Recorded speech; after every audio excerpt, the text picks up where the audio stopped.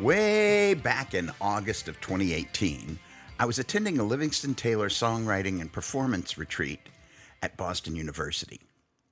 We spent the day working on our songs and performing with Liv, Vance Gilbert, and Melissa Farrick. After dinner, we all got our instruments and had an informal song swap in the main meeting room. This was kind of a round-robin sort of thing where each of us would play a song, and then the next person would play, and so on. There was this one guy who had been pretty quiet during the workshop, a little standoffish if I'm to be honest, so I was pretty astonished when it came his turn to play.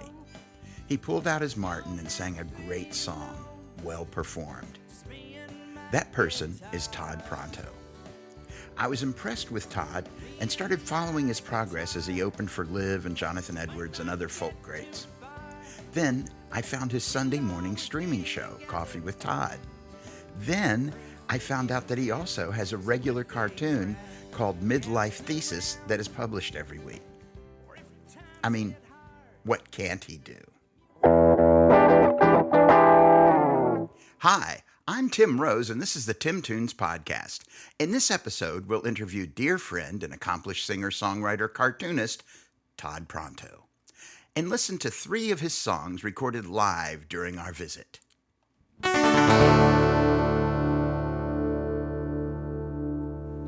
I interviewed Tod on Monday, April 8th, 2024. I remember that date because Tod invited us to watch the total solar eclipse from his house. His house was in the path of totality. So the day started out strangely enough. I was blown away by the eclipse. The sun looked like it was alive. You could see the prominences as little red tendrils as they danced around the surface. I was awestruck. Afterwards, we retreated to Tod's office where we conducted the interview. The occasional giggles and laughs in the background are from Tod's girlfriend, Danielle. My original intent was to have a kind of a story time song swap, but I wasn't feeling it. I'd forgotten my guitar and I was pretty congested. And anywho, Tod gave a great interview, and he didn't need me at all. The songs that he plays here are all done live during the interview, recorded from our lavalier mics and the built-in mics on my Tascam recorder. So here, live on tape, there is no tape, just audio files, is our conversation with Tod Pronto.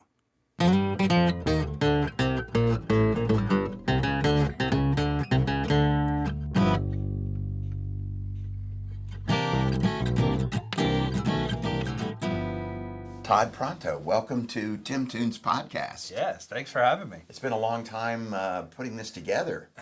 Yeah, we were trying to figure it out 3 years, maybe? Yeah, I think it's about 3 years we've been trying to figure out when to do this. Yeah. And we chose a time that literally would only ever happen once in our lifetimes. That's true. To do it. That's true. Yeah. That's true, very true. The way I met you was at a Livingston Taylor songwriting camp. Yeah. Remember that at Boston University? I think that was 2017. Do you believe that? It may have been. It was pre-COVID, and yeah. And you fascinated me because you were kind of like sitting back from everybody else. You know, you weren't like dominating the group or anything like that. And then when we started doing songs, it's like, oh, this guy has some chops. This guy knows what he's doing. You know? Thank you. Yeah. And I really enjoyed it. I really enjoyed what you were doing, and Yeah, that was a really fun.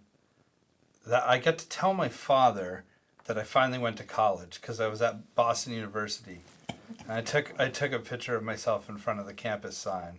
Yeah. Yeah, I was quiet. I revert back to my school days when I get into crowds like that. I was pretty shy and timid. Yeah. But once it's time to perform, then I'm like, all right, I know how to do this. Yeah. But I did kind of sit in the back of the room, and I didn't really... Yeah. Yeah. Yeah, and I saw your guitar, and I thought, oh, man, this guitar is messed up. It's backwards. Because you're left-handed. I am, yeah. You won't be able to see that on the podcast. No. But you can hear him playing left-handed. You'll be able to tell it's left-handed. Yeah. Sometimes when I've done shows with Livingston, Livingston likes to do a thing which I actually think is cool. I've only seen a handful of artists. Peter Frampton did it as well. They come out and introduce the opening act to the audience, which I think is really neat. And Livingston often will say, Don't let the fact that he holds his guitar the wrong way distract you, or some iteration of that. Yeah. But Now talk about your trio. it's the Tod Pronto trio because we couldn't think of a better name.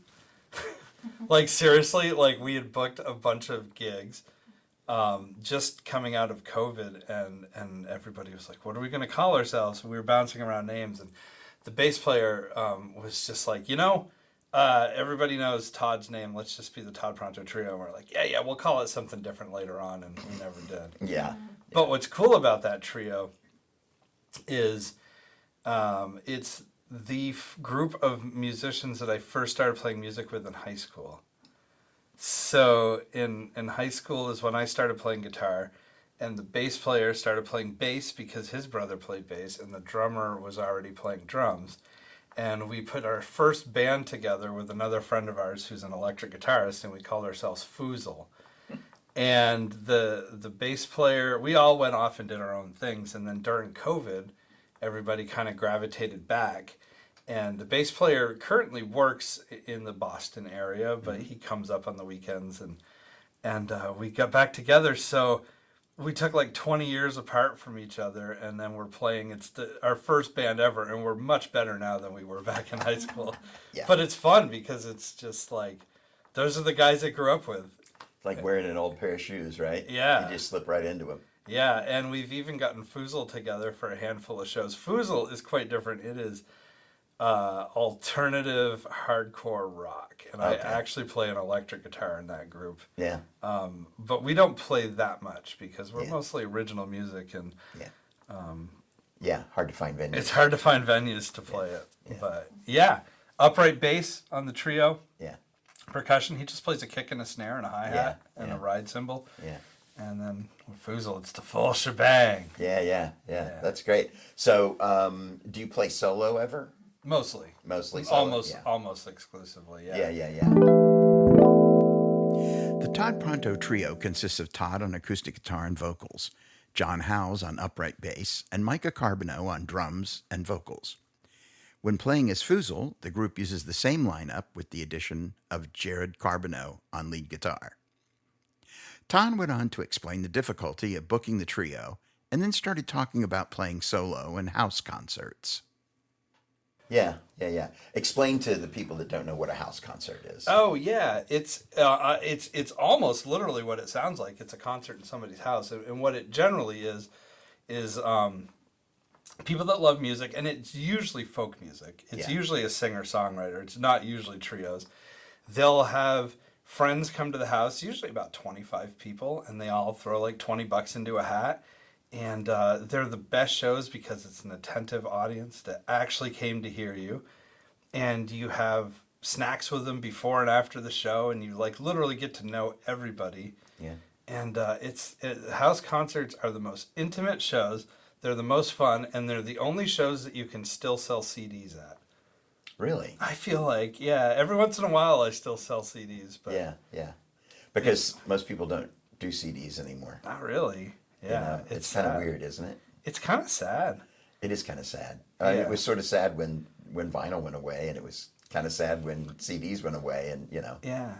I mean, it's all like, 1,000th of a cent for every stream now, I always buy a CD from the opening act whenever I go to a show, though, because, and I don't listen to it. I listen to it on Spotify like everybody else, but I buy the CD from the artist, and then they sign it. Right. So then we'll download the song on Spotify and listen to it on the way home. Oh, but I always support the opening artist. Yeah. So explain where we are right now. Where we are? Well, we're in a town called Newport, Vermont. So for those listening, it is in a place of Vermont called the Northeast Kingdom. And it is in the very northeast corner of the state of Vermont, basically on the Canadian border. So that's where we are, and we're in my house in the Northeast Kingdom of Vermont, and we're specifically in my office, which I do Coffee with Todd from. Yeah. We'll explain about Coffee with Todd in a minute. The Northeast Kingdom. Yeah. That's pretty cool. It's a cool name, right? It's a cool name. It's like, I expected there to be castles and stuff. There's one. There is? There's one in Irisburg. So now you grew up here, right? I did, yeah. Yeah. I grew up in Newport. My father was the mayor of Newport when I was in elementary school. So I had Secret Service agents accompanying me. No, I'm just kidding. Yeah, born and raised in Newport. I left for a little while, came back. I mean, it's a beautiful area of the state.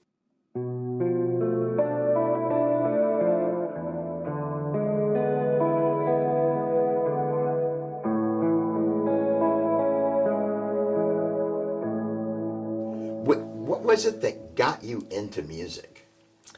It's that's an interesting question because I don't have any family members that are musicians, so it wasn't something that I grew up around. There's two answers. There is my parents' record collection and my babysitter. So my parents had a modest record collection. They weren't big music fans, but they liked music, right? Yeah. So like I vividly remember my dad listening to the Beatles' Rubber Soul in the vehicle over and over and over. It's my favorite Beatles record. That's always my answer. What's the best Beatles record? The answer is Rubber Soul. Probably because of that. But I really think it's one of their best albums. And my mom listened to Anne Murray. Oh. So I liked my dad's record collection better. But they also had Billy Joel's 52nd Street, which is one of my favorite albums of all time. And they had Michael Jackson's Thriller. And they had the Beach Boys' Endless Summer, Bob Dylan's Greatest Hits Volume 1. And that's kind of it. Like, that was a record collection. I used to just sit there with headphones on listening to it. Over. And that's what I wanted to do, but nobody in my family played music. And then my babysitter, when, I guess how old would I have been to have a babysitter? 6? Yeah. Something like that.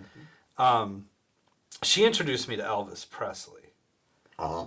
And I was like, what is this? And that was my thing. And I loved Elvis. And my mom hated Elvis. She was like, ugh. You know, like I think she was annoyed. And I would listen to tapes of Elvis. And then my 4th grade teacher was an Elvis fan. And she let me borrow a box set. I borrowed a box set of Elvis Presley tapes from my 4th grade teacher, Mrs. Robinson.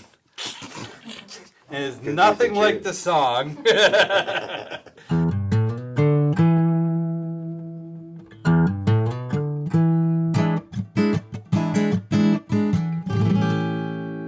How did guitar come about? I just, Nirvana. Oh, yeah? Yeah, like when Nirvana broke, I was like, I think I could do that. Yeah. And then I like saved up my money for mowing lawns and I bought my first guitar. What was it? What was your first guitar? It was a Hondo. Have you heard of those? I wish I still had the damn thing. So because I'm left-handed, Yeah. it was the only... I bought an electric guitar first. Yeah, yeah. It was the only electric guitar that I could find that was left-handed. It was a white Hondo Stratocaster copy. Yeah. And then my first acoustic guitar was a Yamaha acoustic guitar, which I still have, and it's a right-handed guitar that... You strung left-handed? Strung it left-handed, yeah. Did that work okay? For a while. Did it mess with the neck? No, but the Bridge? the bridge separated. Oh, We used to call it the sprung guitar because one day it just let go. So, what got you involved in music? I mean, you said, you were singing in chorus. Mm-hmm. And what made you think, I mean, you were listening to what, Bob Dylan, you said? And A lot of Bob Dylan, yeah. And a lot of Nirvana. Yeah. A lot of Green Day, that kind of... Yeah. I was kind of caught between, like, the music of my teenage years, which was Nirvana and Green Day and Weezer and Stone Temple Pilots and Alanis Morissette, yeah. But I always loved my parents' music. Mm-hmm. You know, like I mentioned earlier, 52nd Street by Billy Joel.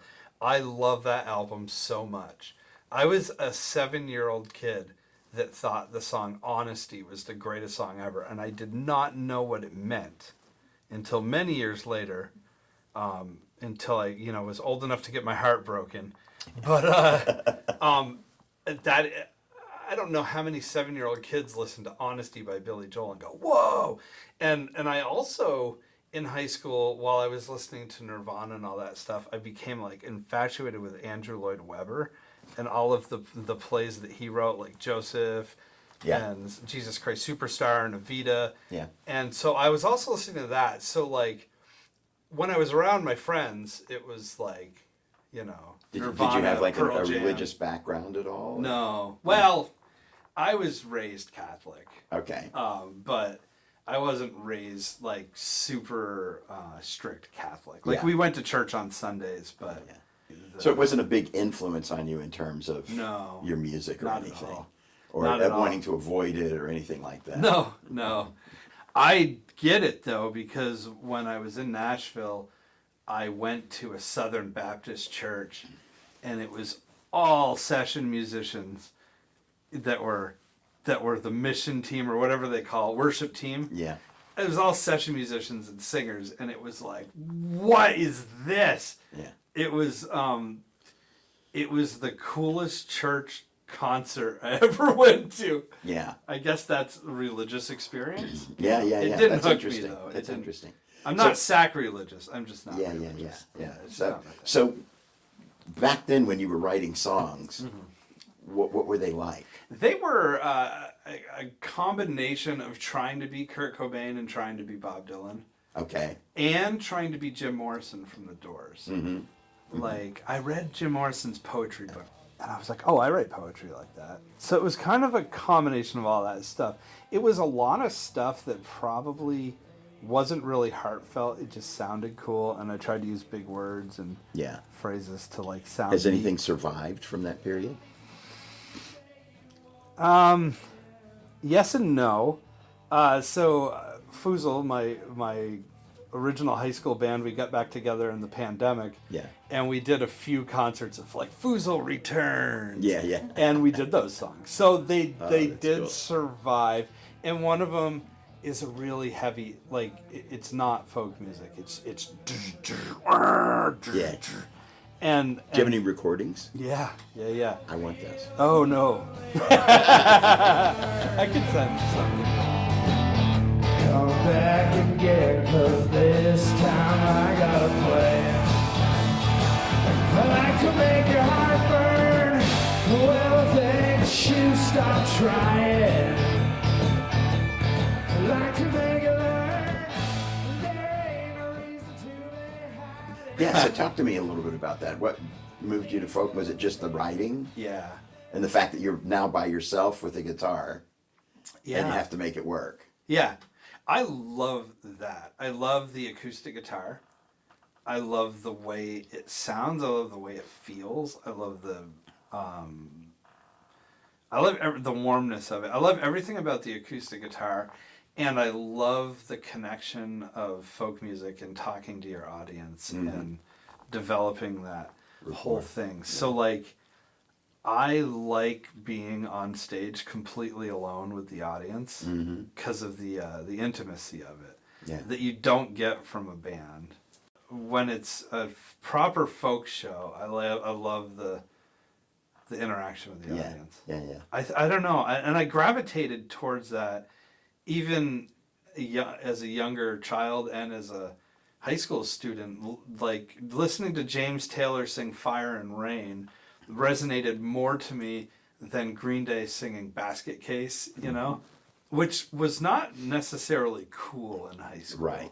Right. So, but I liked Nirvana and all that stuff too. So with my friends, that's what we listened to, and at home behind closed doors. Yeah. You know. So now you're here, you're home, you have your band breaks up, and then what happens? And you're playing folk music, and Playing at some folk point you decide, I'm going to Nashville. Yeah, sorta. Yeah. So how did that happen? How did that come about? Not by choice. No, I liked country music, but not that much. I didn't like country music, and then I liked it because I was introduced to real country music, Yeah. like Hank Williams and yeah. But I still never thought of myself as a country singer. And then there is a country singer from this area named Wayne Warner. He is from Lowell. And he had some decent success in Nashville. He had a hit song called Turbo Twang. And I opened for him at a series of concerts he did in Vermont. They were almost like homecoming concerts when his career was kind of cranking. And his manager was like, "Oh man, we got to get you to record in Nashville." And I was like, "I'm not a country singer." And they're like, "Yeah, you are. You know, just like country music is stories. That's what you're doing is stories." And I was like, "All right." And so it took maybe a year of coaxing me. And I went down and I recorded 4 songs in Nashville, which I released as the Crutch EP. But I fell in love with the east side of Nashville, across the Cumberland River, the singer-songwriters, the in the rounds and the open mics. And it was so fascinating to me because everybody there was just trying to write a hit song. But then they were also trying to write good songs. Right. So you had your people that would write a really dumb song like It's 5 O'Clock Somewhere and make a lot of money, and you would be like, "Wow, man, congratulations." The guy that wrote It's 5 O'Clock Somewhere is singing harmony on my song Money in a Suitcase. Really? Yeah. And I said, "Oh, man, congratulations. Didn't you just win a Grammy or whatever?" And he's like, yeah. I want to play you some of my real songs. You know, because like even these writers, they're making, I don't know, they're making pepperoni pizza or something. Yeah. But then they got like the artisan bread, like olive oil with basil and like heirloom tomatoes that they really want you to hear. And it's fascinating in that sense because it's really all about the song. And I thought that was cool. So I spent about a year and a half there. Doing that, and I finished my first album while I was down there. And how many cuts are in the first album? 12. 12 cuts. Yeah, it's on and Spotify. Does that include the 4 cuts you did originally? Okay. Yep, it's on Spotify. It's called Nashville Stereo. It's everywhere, man. It's everywhere, man.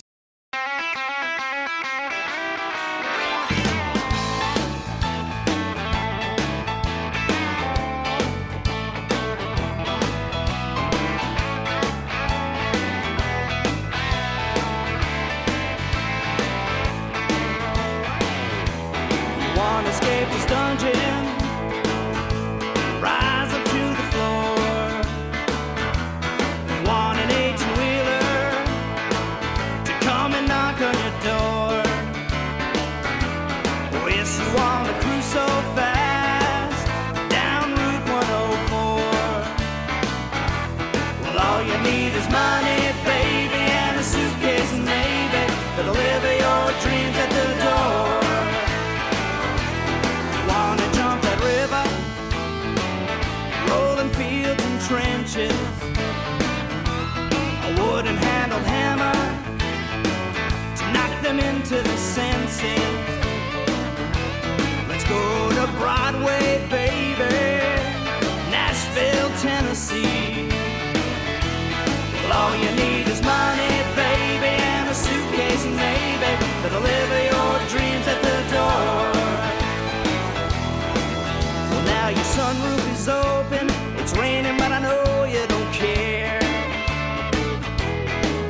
You see your suitcase open, your money all flying out the door. So you wanna be a superstar on the microphone, yes you do. Well, all you need is money, baby, and a microphone, and maybe that'll deliver your dreams at the door. Come on!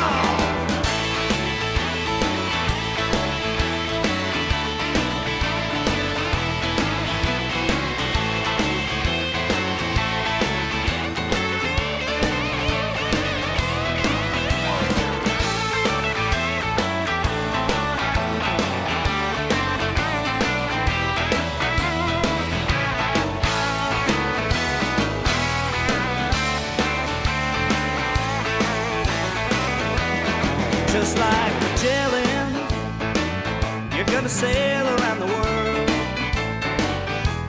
Well, you know that the world isn't flat, but you can't tell that from here. So say sayonara, baby. Say here I go, yes, here I go. All you need is money, baby, and a suitcase, and maybe that'll deliver your dreams at the door. All you need is money, baby,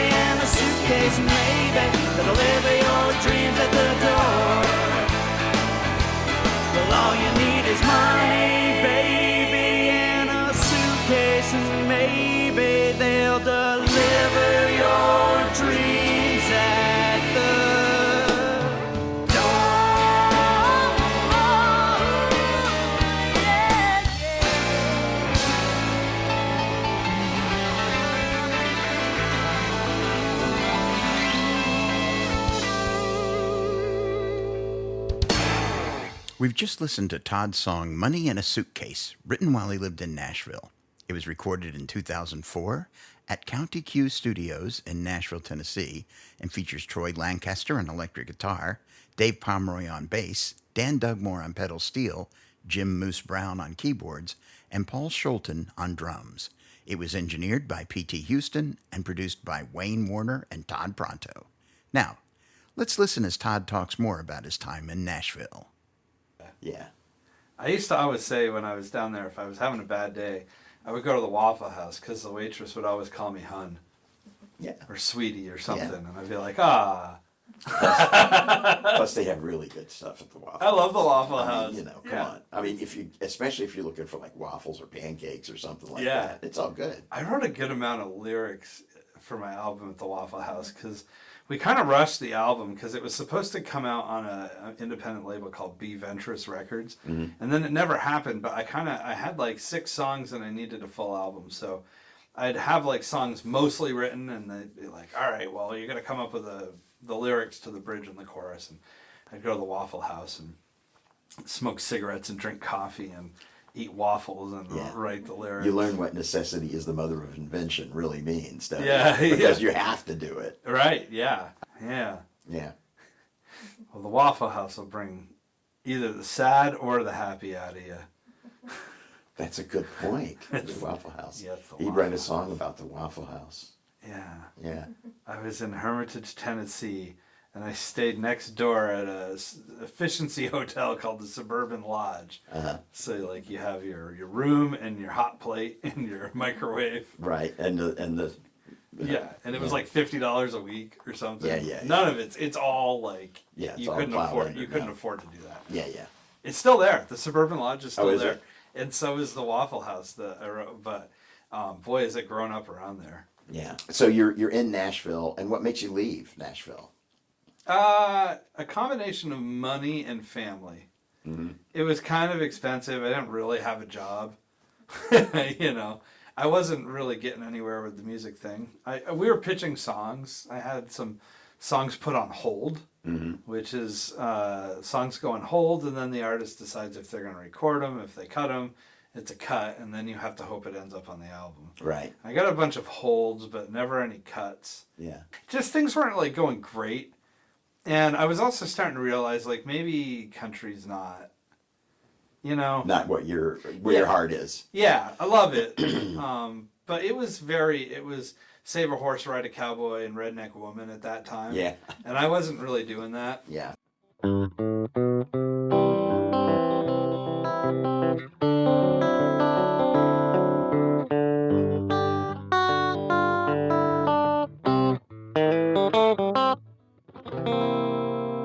So I actually did a radio show for Oh.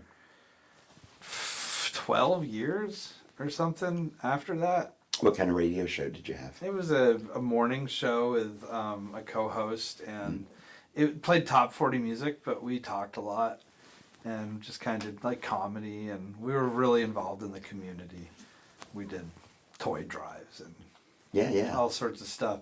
So I just kind of like stayed here, and I realized that New England's like a pretty good place for a musician because you can kind of just drive all around New England and play music, and you can be home that night if you Yeah. want to. I mean, Right. generally we Right. don't, but So now you have your radio show. Then what happened?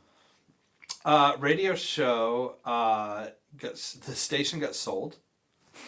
At the same time, I had started working part-time at a public access television station for extra money. Yeah. And so I just started working there. Yeah. And then I became the executive director Oh. as the station sold and went Yeah. in a different direction. Okay. That's kind of what happened. And that's what I do now when I'm not singing. I'm run a public access television station called NEK TV, the Northeast Kingdom Television. Oh, there you go. There you go. It's Northeast Kingdom. Well, that's great. Television.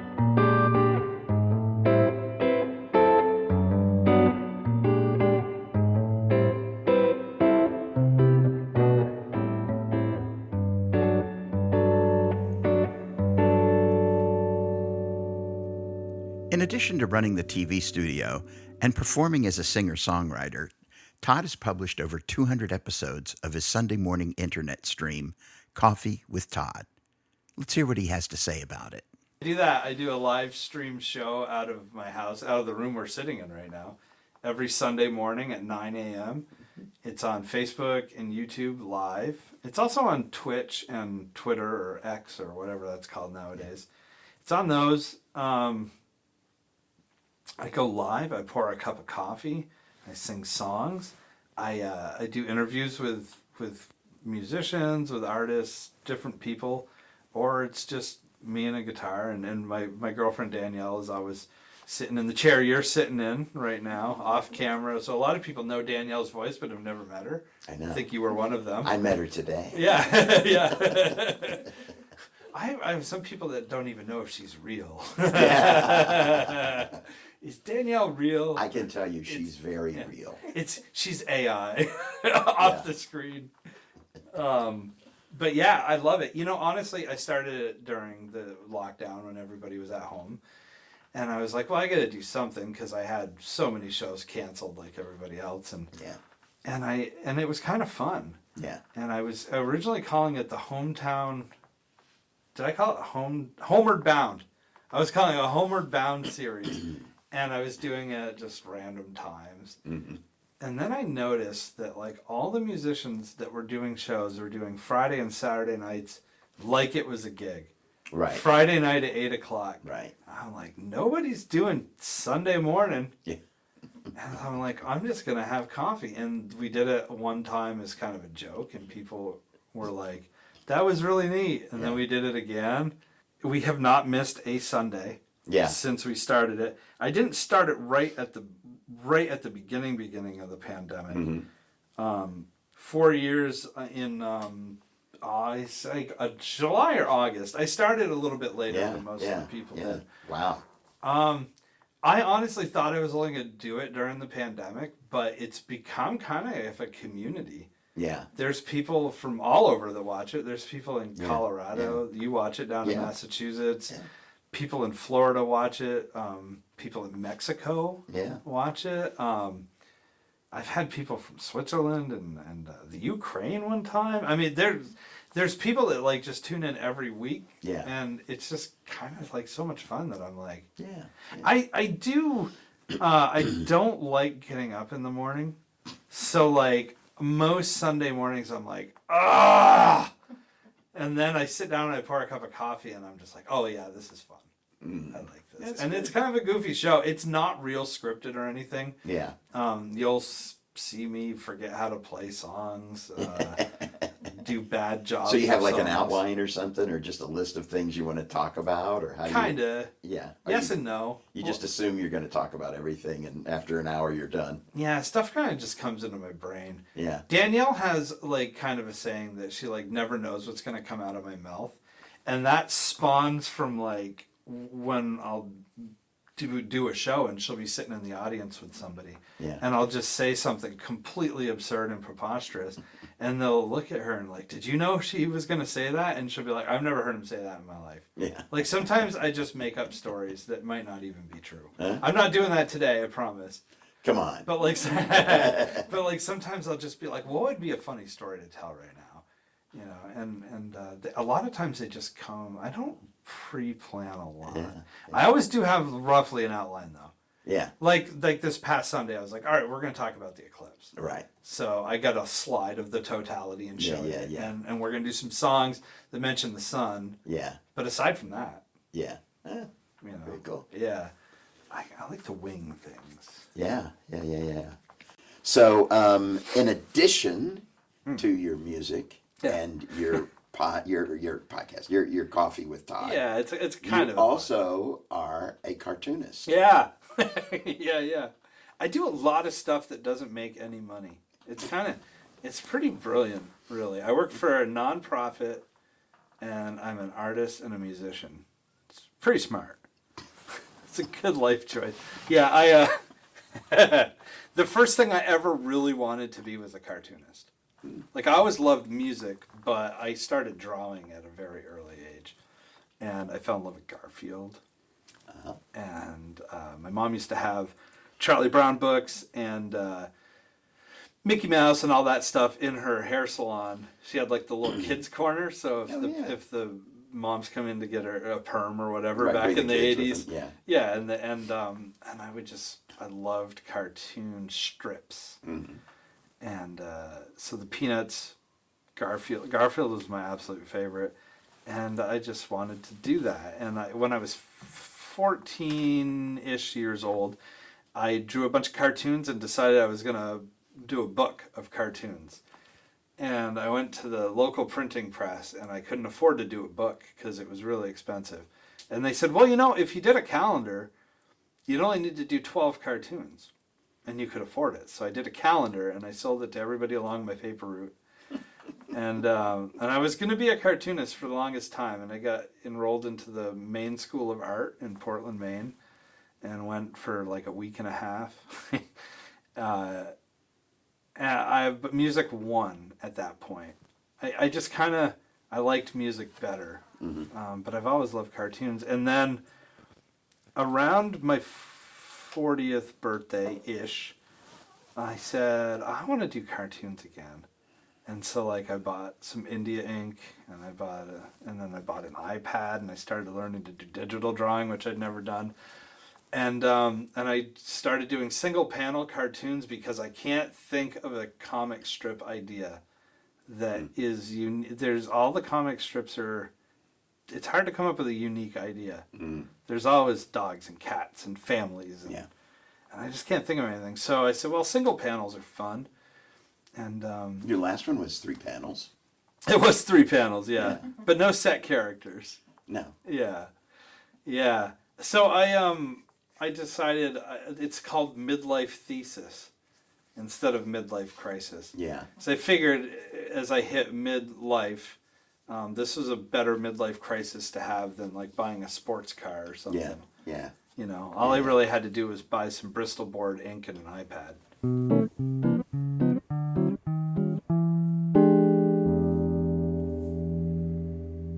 So now we come to the live portion of our episode. In this section, Tod will introduce and play 3 of his songs live, or rather live on the day we recorded them. You know what I mean. Music is relaxing to me once I've already written it and I'm performing, but writing songs, oh boy, I pull my hair out of my Do you? head. And, Which part of your Give- hair? No, I'm kidding. Which part of the song is? The lyrics, Yeah. mostly. Yeah. I'm always like the first draft is the first draft, and then I'm like, there's too many words in that line, or that doesn't fit the melody, or that's not good. It could be said better, or that's kind of cliche. It needs to be redone, and I kind of drive myself crazy doing that. And I work with a friend of mine helps me. His name's Aaron Carr, and we're working on a new album which we got to finish soon. We mulled over lyrics forever, and it made them better. So, words first, then music? Or words and music together? Words and music together. Yeah. And then just spending a lot of time over the lyrics. Yeah. Occasionally I'll come up with the words and the melody without a guitar, but it's very rare. Yeah. Most of the time it just kind of all comes at once. And I think like any writer, like a lot of us, I think we just sing gibberish until like a word or a phrase comes out and you're like, oh, that's a good phrase. Yeah. Let's write a song about that. Yeah. Yeah, so that's the thing. So when you start writing a song, are you writing the song with the intent of the song being about something in particular? Not usually. Yeah. Not usually. Once the groundwork is down, then yes. Most of the time it's just like a phrase comes out and I'm like, okay, what is that? Yeah. And then I'll write it. Yeah. But occasionally I'll write a song with the full intent of hoping that it'll be. But I find sometimes the best ideas just come out of nowhere and aren't forced. Yeah. So I see you have your guitar there. I do. Yeah. Yes. It's backwards, but that's okay. It's backwards. Yeah. Would you play me something from this new album? The unreleased album? Yeah. Yeah, sure. No, it's secret. Well, it can be if you want it to be. No, I'll play it. I play it live all the time. I just I procrastinate pretty good. I don't like recording. Yeah. I don't really care for it. Why is that?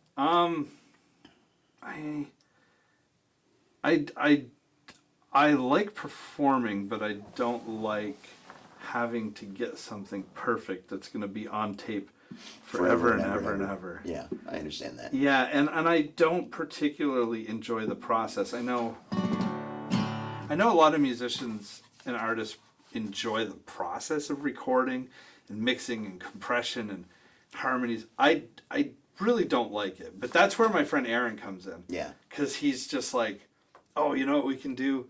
You know what we can do with this? Oh, cool, let's do it. I love harmony. I do too. It just comes to me. So it comes to you. Oh, I can't do it. Yeah. I need other people to come up with the harmonies. Okay, what's this song called? Okay, so this song is called Sin and Stone. Sin and Stone. Yes. Okay. This song is one of the ones that was actually written lyrics first. Okay. Yeah. I'll actually tell the story behind it because I never really do that. I'm actually not the type of artist that tells the story behind the songs on stage. I usually tell stories that have nothing to do with anything, and then I just sing a song. Yeah. But Danielle and I Danielle's my girlfriend, for those of you just tuning in. She grew up listening to Peter Frampton because her dad would listen to Peter Frampton. And Frampton did an acoustic tour. And he came to Rutland, Vermont, and we bought tickets. And we went down to see Peter Frampton play acoustic. And we were driving through Woodstock, Vermont. And there's this big, beautiful stone church.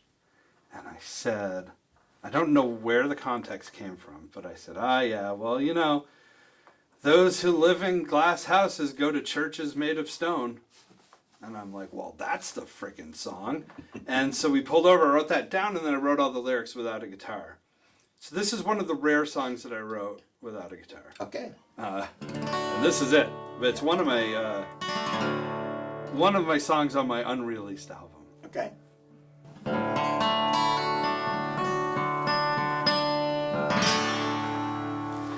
He never carries a Bible, but he likes what it says. You're safe from hell's fire if you just bow your head. Always keeping his distance from the suffering below. Those who live in glass houses go to churches made of stone.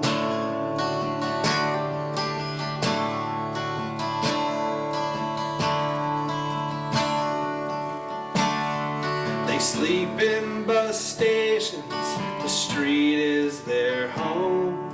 He pretends he can't see them, he's not handing out loans. When Sunday comes round, he wipes the sin from his throne. Those who live in glass houses go to churches made of stone. And each night over dinner, he stumbles through grace to a gold-plated Jesus by the fireplace. Buries self-loathing in diamonds and gold. Those who live in glass houses go to churches made of stone. Made of stone. Made of stone. Those who live in glass houses go to churches of stone.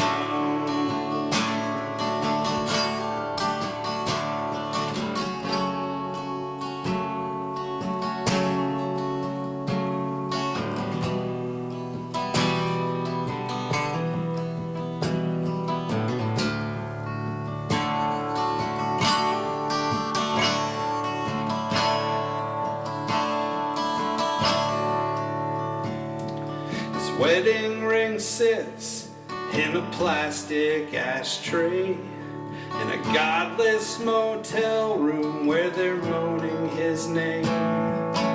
Money can buy what you can't get at home.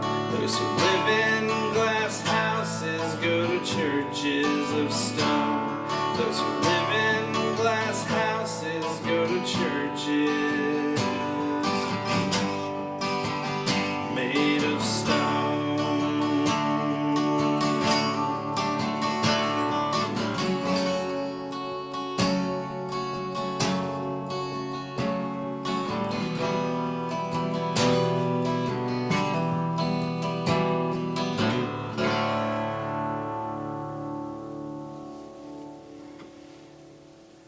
Very nice. Very nice. Thank you.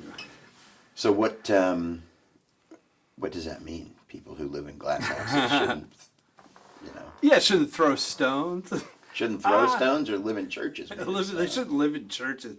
Churches don't have adequate bathrooms for. No, I think it's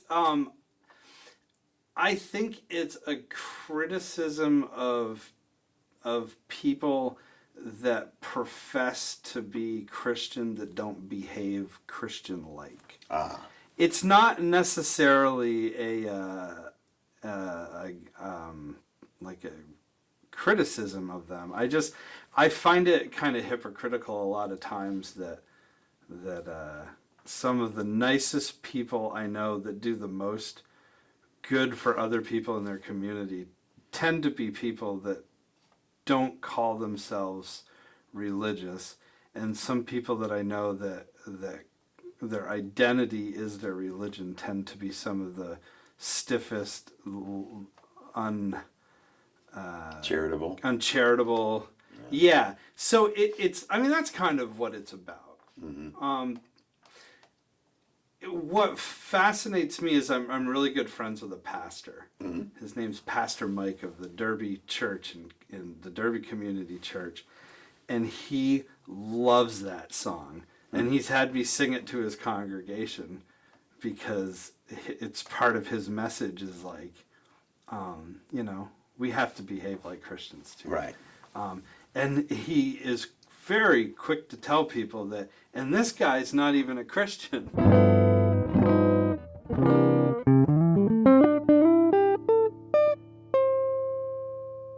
So now let me ask you, what is the oldest song that you still play, like in shows? Oldest folk song that I wrote is my hit song. I wrote your hit song. I know what this is. Yeah, I wrote this song right after I came back from Nashville, and I feel like if I wrote this song when I was in Nashville, I would be famous. You want me to do it? How do you feel about this song? This song? I love this song. Okay, good. Yeah. Because this is your hit, right? It is. It's the song that I have Everybody to play. wants you to play this song. Yeah. Yeah. I love it for a couple reasons. The main reason is, so this is a song about my very first car, and it's absolutely true.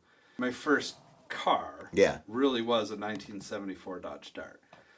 So it's very nostalgic for me in the point of that. So I love playing it. And I also love playing it because I know that no matter how bad of a show that I have, I can always end the night good with this song. Yeah. And we won't do it tonight, but I make the crowd sing along with me on this song. And I make them sing the words Dodge Dart. And I usually tell some long story in the middle of the song where the guitar solo would be. Yeah. And so I love playing the song because I know that it's going to win. Yeah. I know it's going to win. And I did a show with Livingston Taylor one time this past summer. It was around July 4th. And I said to him, hey, I'm not going to end with Dodge Dart tonight. I'm going to end with This Land Is Your Land because of the 4th of July. So I did Dodge Dart, and then I did This Land Is Your Land. Yeah. And I saw him while I was doing Dodge Dart out of the corner of my eye start putting his guitar on and everything. And then I started singing, it's This Land Is Your Land, and I saw him kind of go like, right. And he went and sat back down. Because I think everybody knows when I do this song, it's it, yeah. Show's over. Yeah. So, I won't do the long story in the middle, and I won't make you guys yell Dodge Dart. But well, you don't have to make us. I mean, you can sing it if you want. When do we yell it? You just in the chorus. Yeah, I'm just gonna go. She was a '74 Dodge Dart. That's it. Yeah, okay. Yeah, you can do it. Danielle can cue you. I think I got it. So this is all true about my first car. The joke is it's autobiographical. Oh. Pun intended. Well, $200 is all I paid, it was avocado and Bondo gray. She was a pistol when you put it in gear, built like a tank with power steer. I-91, southbound lane, I hit 120 and she started to shake. I never had such a rush, I left a black Mercedes just eating dust.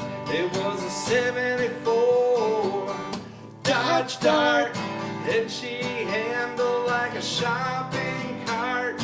8-track player, used parts, 74 Dodge Dart. There we go. I'm trying to sing a harmony.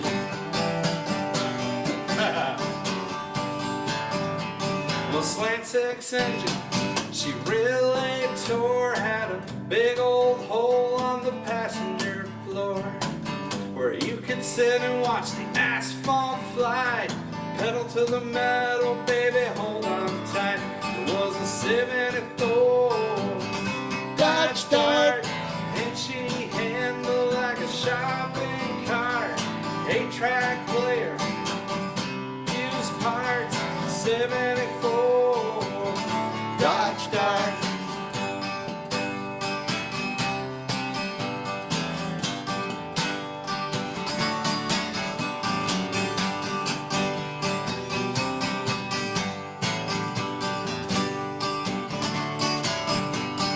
Whoa, hey, don't drive slow. The open road and the radio. Whoa, hey, rubber and tire. You can't beat the freedom of your first car. It was a 74 Dodge Dart, and she handled like a shopping cart. 8-track player, used parts, 74 Dodge Dart. The first taste of freedom, a work of art. 74 Dodge Dart. Very nice. Very nice.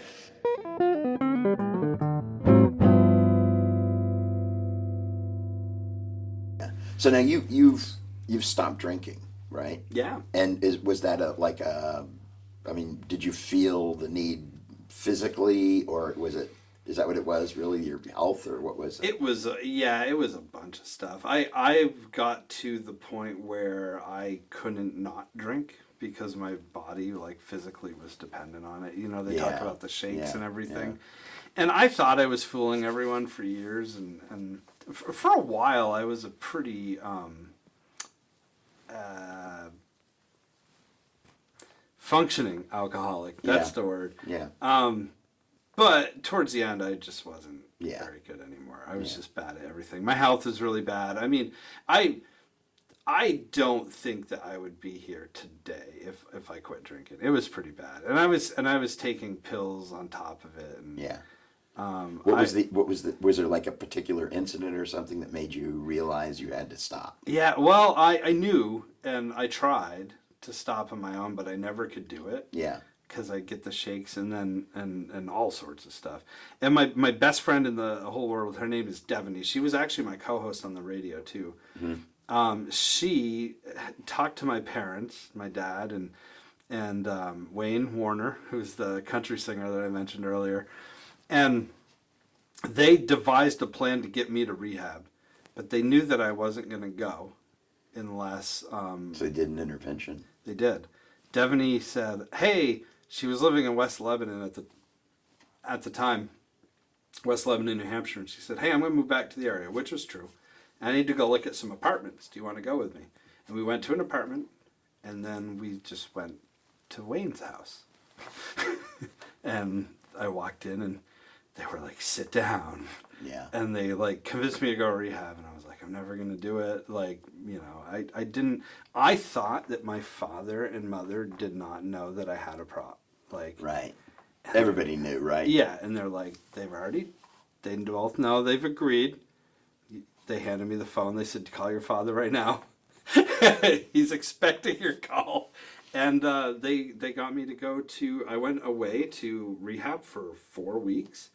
and it was the best thing I ever could have done. Because I really, when they say that, like, if you're going to quit an addiction, you have to want to do it. Right. And I wanted to do it. I just didn't know how to do it. Yeah. So I was at the point where I knew I needed to, because I couldn't just keep doing it. But they kind of took that stress away from me. And they were just like, don't worry about your job. Don't worry about your bills. You know, go to rehab. Right. And best thing ever. And it's going to be, by the time this podcast airs, it might be 10 years. Wow. Good for you. What did we say the date was? The 18th. 18th of April will be 10 years. Wow. And it doesn't even, Congratulations. thank you. It doesn't even seem like 10 years. Yeah. Do you miss it? No. Yeah. I don't at all. I thought it was going to be really bad. Yeah. The first year was a little tough. I play a musician. I mean, you're around it all the time. Right. Doesn't even bother me. Every once in a while, somebody has a glass of red wine, and I smell it, and I'm like, that smells awesome. And I did not drink wine. Yeah, that's funny. I drank vodka, whiskey. Yeah, yeah. But for some reason, red wine smells wonderful. Huh. Beer smells disgusting. Yeah. But red wine, Yeah. Grapes. But yeah, maybe grapes. But yeah, I don't miss it at all. Which is amazing, because I'd never missed a day without it. That could be a song. Have you ever written anything about it? Yeah, a little bit. It's called, so do you know how I mentioned that I'm not particularly religious person, but I like religious imagery? Yes. This song is called The Devil Will Never Win. Okay. And this is probably my song about quitting drinking. Other songs have references to it, but this one's actually about it. Let me tighten the capo up a little bit. Sure. When times get hard, I don't get down. Oh, it's easier to walk when you stand.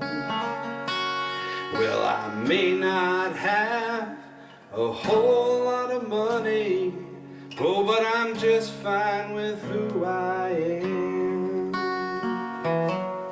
Now, I've had ups and I've had downs, oh, but I do it all over again. As long as I have you here, the devil will never win. No, the devil will never win. The devil will never win. As long as I keep on keeping the faith, well, the devil will never win. So some dreams get lost in space, and some stay here on land. So I keep moving along, well, every chance I can, because the devil will never win. The devil will never win. As long as I keep on keeping the faith, well, the devil will never win.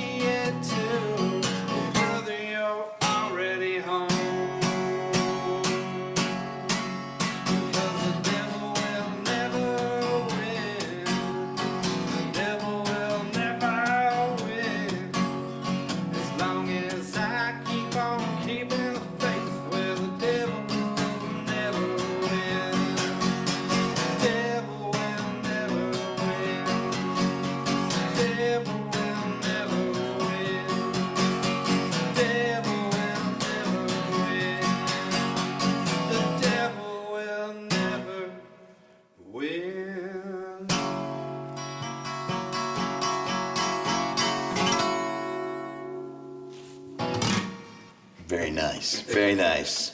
Very nice. Yeah.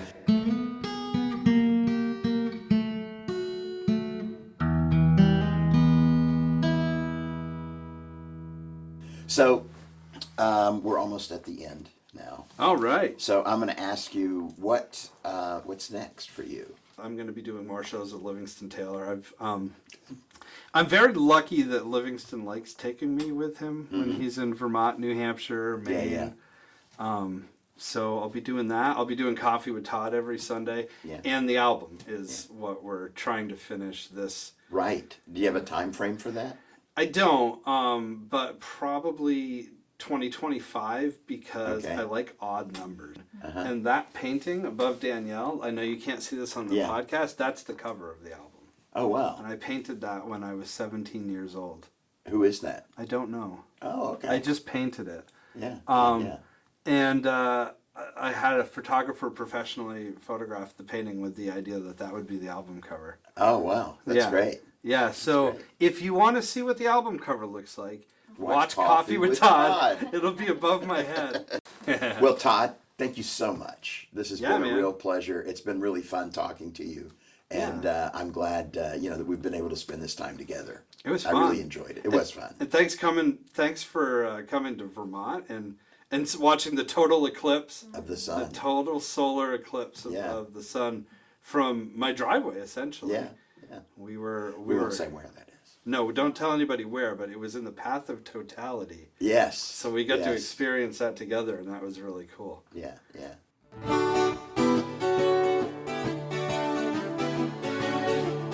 So ends our interview with Tod Pronto, singer, songwriter, internet star, cartoonist, and man about town. I hope you've enjoyed our conversation.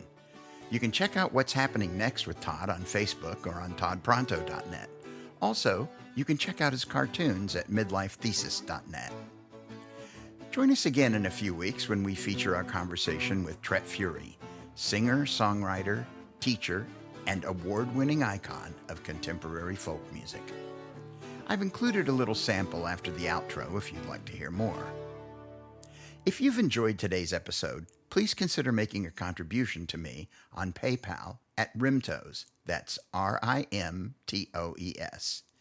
Any amount is appreciated. If you'd like to be a regular contributor, I invite you to look me up on patreon.com. That's patreon.com and become a patron of the show. As always, I appreciate each and every one of you. I hope all of you and yours are happy and healthy. Until next time, all my loving I will give to you. All my loving, all my loving.